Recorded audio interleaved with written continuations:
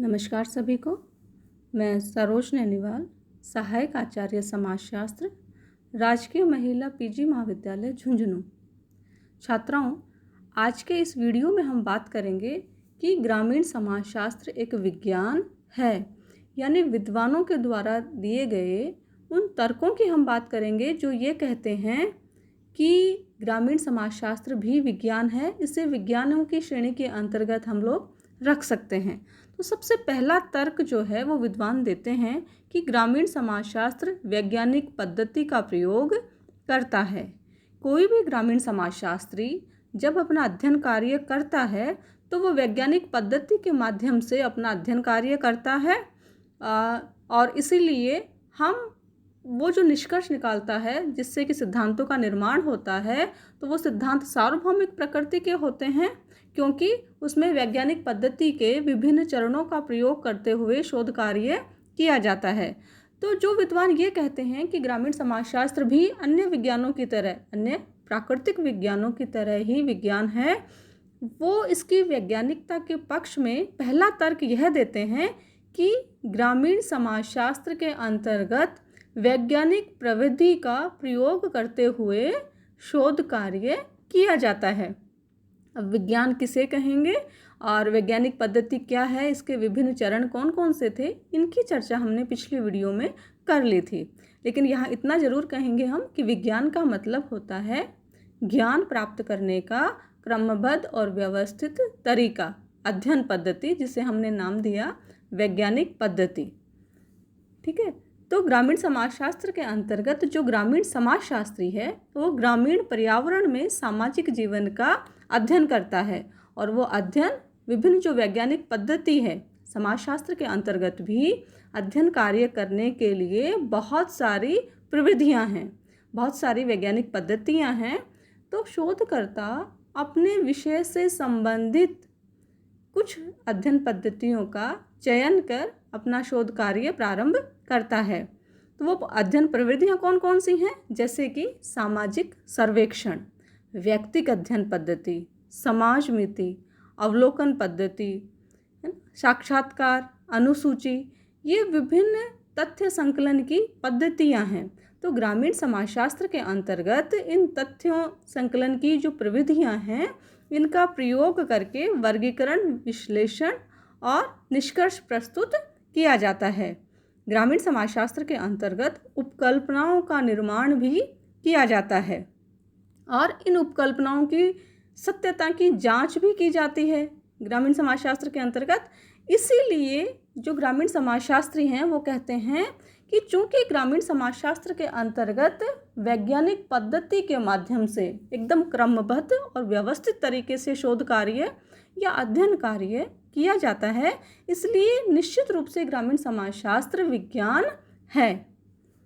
दूसरी बात करते हैं कि ग्रामीण समाजशास्त्र क्या है का वर्णन करता है।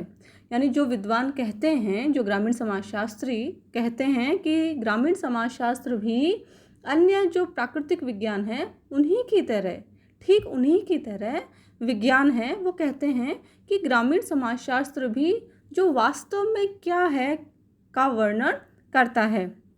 यह ग्रामीण समाज में पाए जाने वाले सामाजिक संबंधों, सामाजिक प्रक्रियाओं, सामाजिक समूहों आदि का जैसे वे हैं ठीक उसी रूप में उनका अध्ययन करता है। घटनाओं, समस्याओं को निष्पक्ष रूप से देखता है और जिस रूप में वो ग्रामीण समाज में उपलब्ध हैं उसी रूप में उन्हें प्रस्तुत करता है। उदाहरण के लिए हम देख सकते हैं कि जैसे बेकारी है, गरीबी है, ऋणग्रस्तता है, तो ये जो सामाजिक समस्याएं ग्रामीण समाजों के अंतर्गत पाई जाती है, ग्रामीण समुदाय में जो पाई जाती हैं, वास्तव में वो उनके पीछे क्या कारण है, वो कैसी हैं, उन्हीं का वर्णन ग्रामीण समाजशास्त्र के अंतर्गत किया जाता है, ताकि वो जो समस्याएं हैं उनके कारणों को ज्ञात करके और उनकी वो जो समस्याएं हैं उनका समाधान किया जा सके। तीसरे तर्क देते हैं ये कि ग्रामीण समाजशास्त्र कार्य और कारण की व्याख्या करता है। यानी ग्रामीण समाजशास्त्र है वो भी प्राकृतिक विज्ञानों की तरह कार्य और कारण का जो संबंध होता है उसका ठीक उसी प्रकार में व्याख्या या विश्लेषण करते हैं। किसी भी घटना के लिए है ना, कुछ कारण जिम्मेदार होते हैं। तो ग्रामीण समाजशास्त्र के अंतर्गत भी जो कोई भी अगर सामाजिक समस्या है या कोई भी घटना घटित हुई है या कोई भी कार्य है, उसके पीछे क्या कारण है, उन कारणों को ज्ञात करने का प्रयास किया जाता है तथा साथ ही उनका क्या प्रभाव पड़ेगा, यह ज्ञात करने का प्रयास भी किया जाता है। यानी हम कह सकते हैं कि ग्रामीण समाजशास्त्र के अंतर्गत क्या है कि व्याख्या की जाती है और कार्य कारण के आधार पर यह व्याख्या की जाती है। यानी हम ये मान के चलते हैं कि अगर समाज में कोई भी कार्य या कोई भी घटना घटित हुई है तो उसके पीछे निश्चित रूप से कुछ ना कुछ या कोई ना कोई कारण अवश्य ही होगा। तो समाजशास्त्र के अंतर्गत उन कारणों की भी व्याख्या, है ना, कि क्या कारण है, किसी भी समस्या है या कोई भी घटना है, उसके पीछे जो भी घटना के जो भी पीछे जो भी कारण है, उनकी ठीक ठीक तरीके से उनका अध्ययन करने का प्रयास किया जाता है। जैसे हम उदाहरण स्वरूप समझ सकते हैं कि समन्वित ग्रामीण विकास कार्यक्रम की सफलता और असफलता के क्या कारण है। इन कारणों को ज्ञात करके समस्या का समाधान ढूंढ सकते हैं।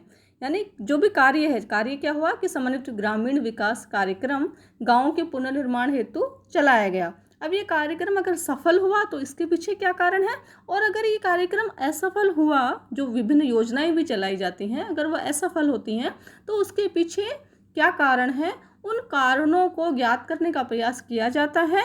और ज्ञात करने का प्रयास इसीलिए किया जाता है ताकि उस समस्याओं का हम हल ढूंढ सकें, उनका समाधान कर सकें।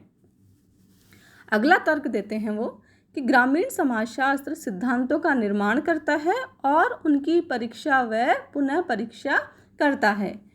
यानी जैसे प्राकृतिक विज्ञानों के अंतर्गत सिद्धांतों का निर्माण किया जाता है, फिर उनकी परीक्षा और पुनः परीक्षा की जाती है, वो सार्वभौमिक प्रकृति के होते हैं। ठीक उसी प्रकार से ग्रामीण समाजशास्त्र के अंतर्गत भी जब सिद्धांतों का निर्माण किया जाता है तो विभिन्न वैज्ञानिक पद्धति के चरणों को काम में लेते हुए वो शोध कार्य, अध्ययन कार्य संपन्न किया जाता है। अतः जो निष्कर्ष आते हैं वो भी सार्वभौमिक प्रकृति के होते हैं, है ना, सार्वभौमिक प्रकृति के होते हैं। और उनकी सत्यता की जांच के लिए वो जो सिद्धांत बनाए गए हैं, उनकी सत्यता की जांच के लिए उनकी परीक्षा और पुनः परीक्षा की जाती है, जिससे कि उसकी वैज्ञानिकता की पुष्टि हो सके, जिससे कि उसकी वो विज्ञान है, वैज्ञानिक पद्धति के विभिन्न चरणों को काम में लेते हुए अध्ययन कार्य किया जाता है। तो वो जो निष्कर्ष निकाले गए हैं वो उन जांच करने के पश्चात एक जैसे रहते हैं। अगला पॉइंट हम इसमें लेते हैं कि ग्रामीण समाजशास्त्र क्या होगा की ओर संकेत करता है। यानी ग्रामीण समाजशास्त्र के अंतर्गत कार्य कारण संबंधों तथा सिद्धांतों के आधार पर भविष्य में क्या होगा और ग्रामीण समाज में क्या क्या परिवर्तन आएंगे, इसके बारे में हम चर्चा कर सकते हैं, इसके बारे में हम बता सकते हैं।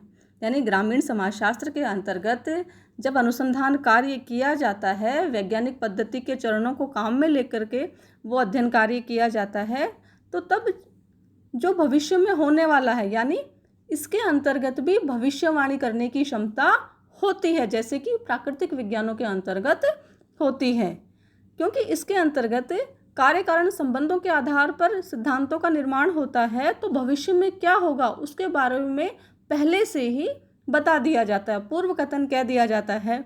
जैसे कि हम बात करें कि बढ़ता हुआ नगरीकरण, औद्योगिकरण, तो इसके परिणाम स्वरूप ग्रामीण समाज में क्या क्या परिवर्तन होंगे, ग्रामीण संरचना किस प्रकार की होगी, यह हम पूर्व में ही बता सकते हैं कि इसी तरीके से अगर नगरीकरण बढ़ता रहा, अगर औद्योगिकरण बढ़ता रहा, तो भविष्य में ये परिवर्तन ग्रामीण समाज के अंतर्गत देखने को हमें मिल सकते हैं।